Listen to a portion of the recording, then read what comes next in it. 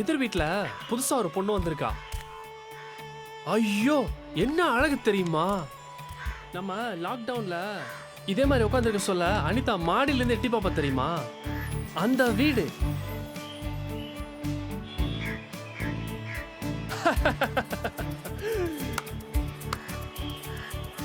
அது அங்க.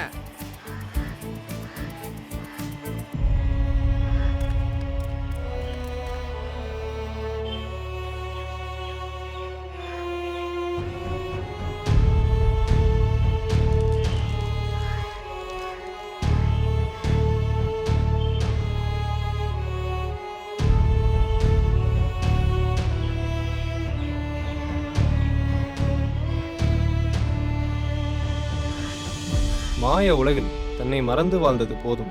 புழுக்கூட்டிலிருந்து வெளிவந்த பட்டாம்பூச்சி போல மனச்சிறைக்குள்ளிருந்து வெளியே வா. சிறகடித்து பார், வானம் வசப்படும் வரை.